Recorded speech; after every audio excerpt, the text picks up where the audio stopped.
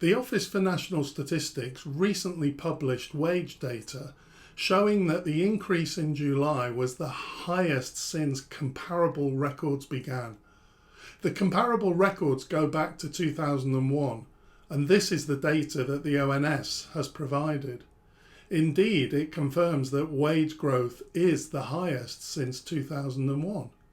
However, this is completely meaningless.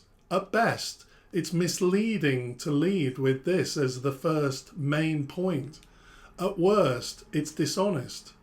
It resulted in the press, including the BBC, emphasising this as the key story. Interestingly, the BBC later changed their headline on the story. It's so misleading to focus on the absolute or nominal level of pay.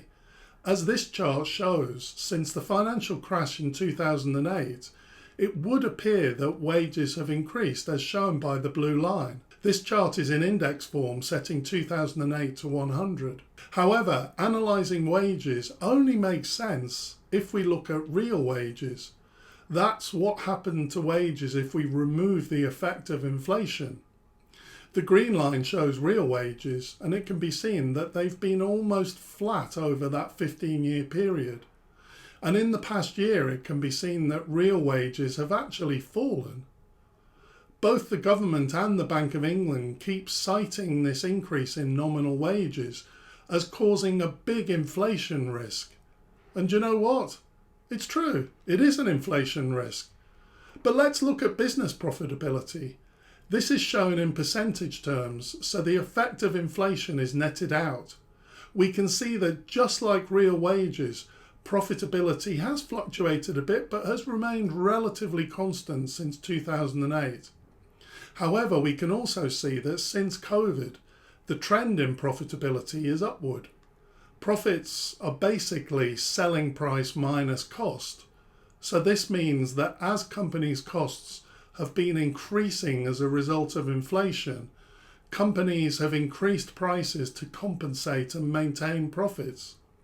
As the graph shows, the increase in profits suggests that they've increased prices by more than the increase in their costs. Why is the government or Bank of England not pointing this out? No one is criticising business for maintaining their profits in response to the inflation that they face. Why should workers lose out? Yes, it makes inflation worse if workers' wages are increased in order to compensate for inflation. But who can blame anyone for wanting this? Why should companies be allowed to do this but not workers? In the past few days, the Prime Minister has highlighted the need for wages to be sustainable. He basically said that pay rises should only be given to reward increases in productivity. I think this is outrageous. He's basically saying that if workers can squeeze a little bit more out of themselves, then they can have higher pay. The implication here is that somehow workers don't deserve higher pay because they're not quite working as hard as they could. When we look at productivity, output per hour worked, we can see that there's been little improvement since the financial crash in 2008. Other countries have performed much better than the UK in increasing productivity during this period. So who is actually to blame for the UK's productivity problem? There was a good analysis in the Financial Times recently which highlighted some of the causes of the UK's productivity problem. Interestingly, workers weren't mentioned.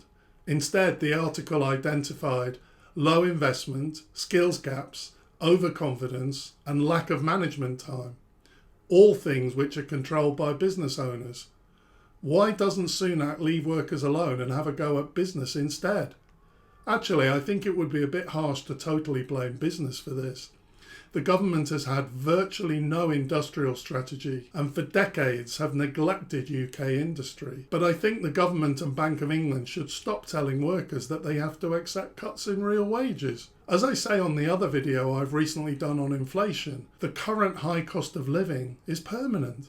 Even if inflation gets under control, on the whole, prices are not going to fall. It's just ridiculous to expect that people will sit back and allow their real wages to fall, even if it does actually make inflation worse. I hope you found this information useful. If you did, please consider liking the video and subscribing to the channel. Thanks for watching. See you next time.